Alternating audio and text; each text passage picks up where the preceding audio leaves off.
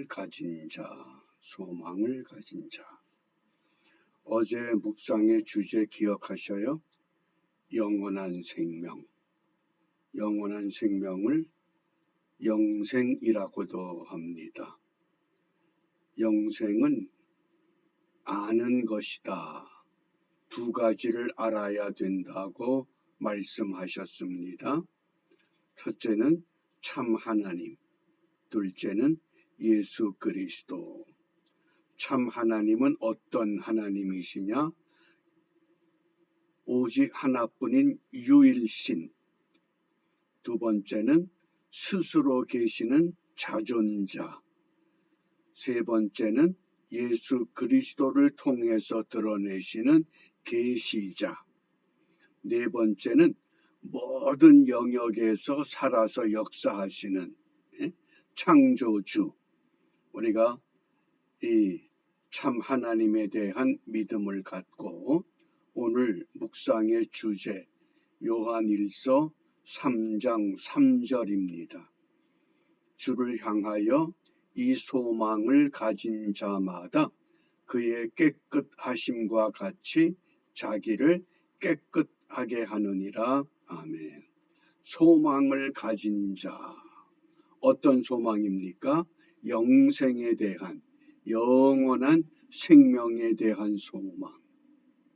그 덴마크의 철학자 케르케고르이 죽음에 이르는 병이라고 하는 유명한 작품을 남겼습니다.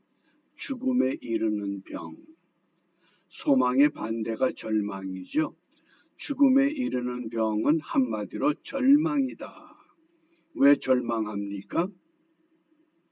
결론은 하나님과 관계가 끊어지면 세속적으로 아무리 성공했다 할지라도 그 인생은 절망이라고 하는 죽음에 이르는 병에 걸려 있다고 하는 것을 강조합니다.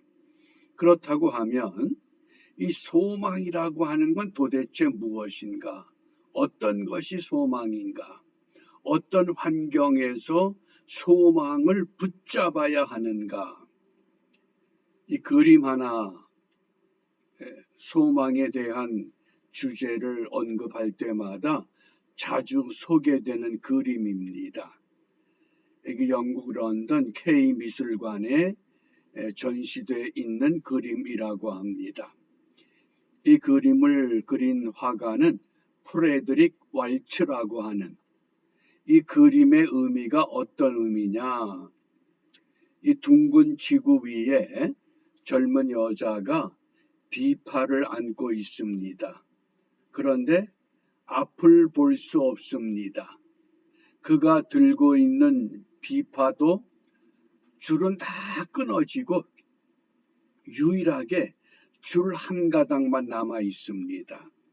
그 한 가닥이 소망이요 희망이라고 하는, 그래서 이 미국 남북 전쟁 당시에 굉장한 그 절망 가운데서 소망을 주었던 그 암시적인 그림입니다.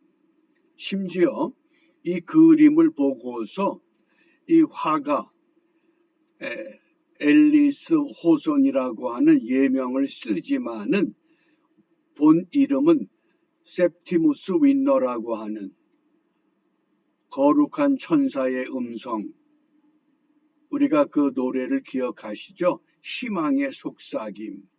이 그림에서 영감을 받아 이 노래를 만들었다고 합니다. 거룩한 천사의 음성.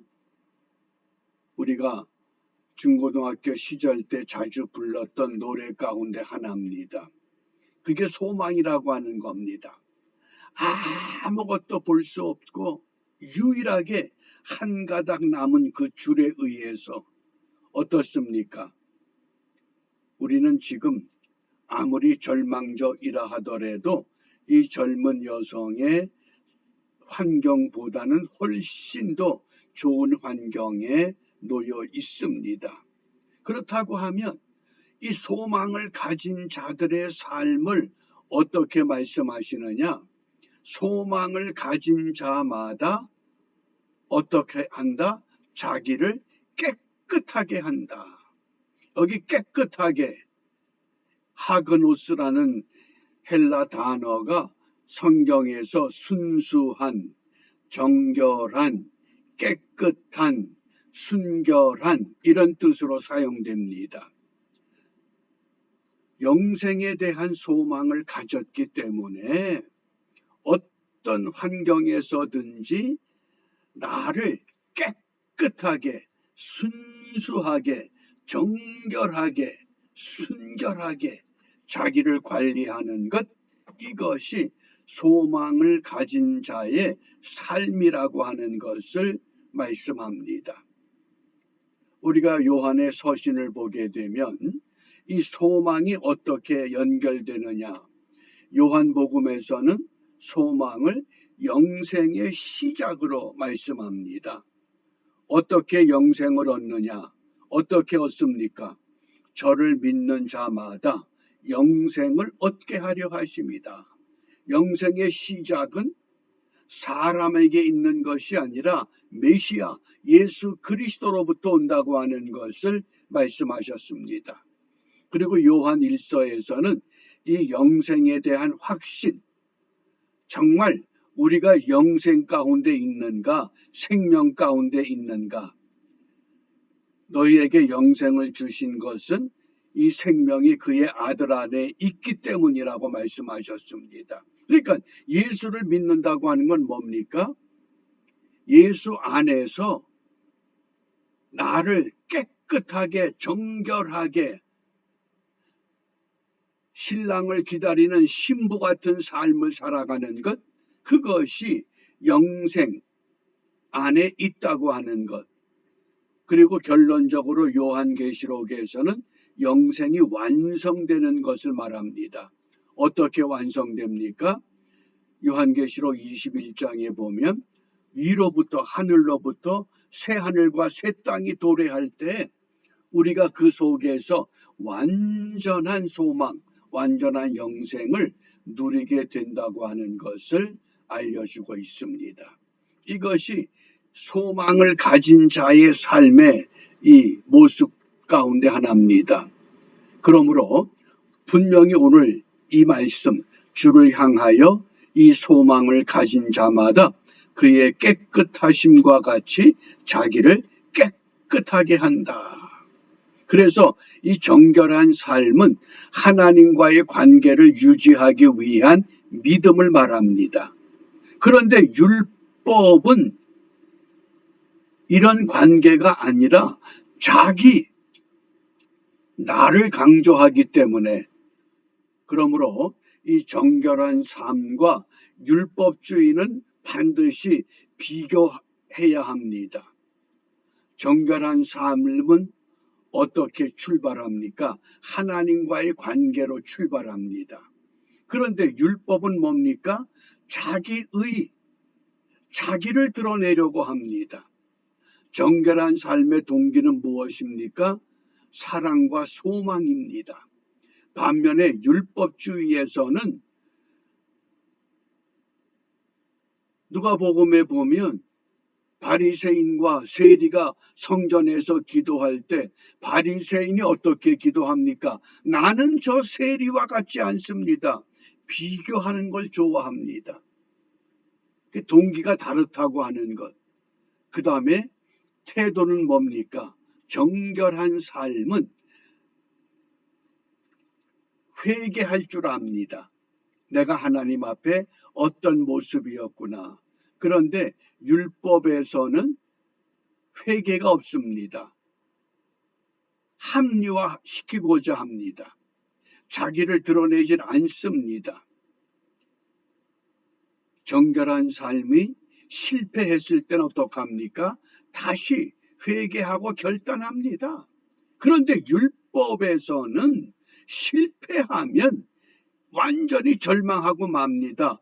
자책과 포기 가운데 빠져버립니다. 정결한 삶은 어떤 질문을 갖고 살아갑니까? 과연 주님이 이것을 기뻐하실까? 내가 이렇게 한 것 주님이 좋아하실까? 그런데 율법은 이만큼 하면 내가 최선을 다한 것이지 이 정도면 괜찮지. 이런 자기 자랑을 내세웁니다. 결론이 어떻게 우리에게 전개되느냐? 그래서 정결한 삶은 겸손과 자유함을 누리지만은 율법은 교만과 위선이라고 하는 것. 이것이 소망을 가진 자와 소망이 없는 절망 상태에 빠진 인생의 차이라고 하는 것. 우리가 이것을 염두에 둔다고 하면 오늘 무엇을 기도해야 되겠습니까? 히브리서 6장 19절입니다. 우리가 이 소망이 있는 것은 어떤 환경, 어떤 상황 가운데 있든지 소망이 있는 것은 영혼의 닷과 같다. 닷이라고 하는 것은 배가 바다 위에 정박할 수 있는, 그래서 이 바다 밑바닥에 이 닷을 내려놓으면 아무리 요동을 쳐도 배는 떠나가질 않습니다. 소망이 영혼의 닷과 같다. 어떻게? 튼튼하고 견고하여 휘장 안에 들어간다. 휘장이 뭡니까? 지성소가 있는 곳, 하나님이 계신 곳. 소망은 우리가 어떤 환경 가운데 있든지 절대자이신 하나님과 연결할 수 있는 영혼의 닷과 같다고 하는 겁니다. 그래서 마지막 요한계시록에서는 7 교회를 향해서 똑같이 하시는 말씀이 있습니다. 성령이 교회들에게 하시는 말씀을 들어야 한다. 성령께서 오늘 이 시대를 살아가는 성도들을 향해서 무엇을 말씀합니까? 귀 있는 자는 들을지어다. 분명히 우리에게 말씀하십니다. 어떻게? 이기는 자, 듣는 자는 흰옷을 입게 될 것이고 듣는 자는 그 이름이 생명책에 기록될 것을 약속하셨습니다. 우리가 오늘도 환경은 변함이 없습니다. 날이 가면 갈수록 더 좋아지고 신앙생활에 도움이 되는 환경이 아니게 전개될 수도 있습니다. 그렇지만 소망이 영혼의 닷과 같이 견고하게 하나님과 관계를 유지하고 있기 때문에 넉넉하게 이길 수 있는 믿음과 힘을 이미 우리 예수님께서 이 땅에 오셔서 본을 보여주셨습니다. 오늘도 그 예수님 따라서 승리하신 주님 따라서 다시 한번 믿음의 자리에 굳게 일어서는 은총의 하루가 펼쳐지시기를 주님의 이름으로 부탁합니다. 기도하겠습니다. 은혜로우신 아버지 하나님, 어떤 환경 가운데 있든지 소망의 닻을 저희들에게 허락하시고 견고한 휘장 가운데 이 닷을 들이우고 주의 이름으로 승리할 수 있는 믿음의 삶을 허락하심 감사합니다. 비옵기는 이 땅의 모든 교회와 성도들 마지막 때에 성령께서 교회들을 향하여 하시는 주님의 음성 바르게 듣게 하시고 그 음성 듣는 대로 순종하여 하나님께는 영광이 되게 하시고 우리 자신들에게는 순종의 즐거움을 누리며 살아가는 은총의 삶이 되도록 인도하여 주시옵소서. 예수님 이름으로 기도합니다. 아멘.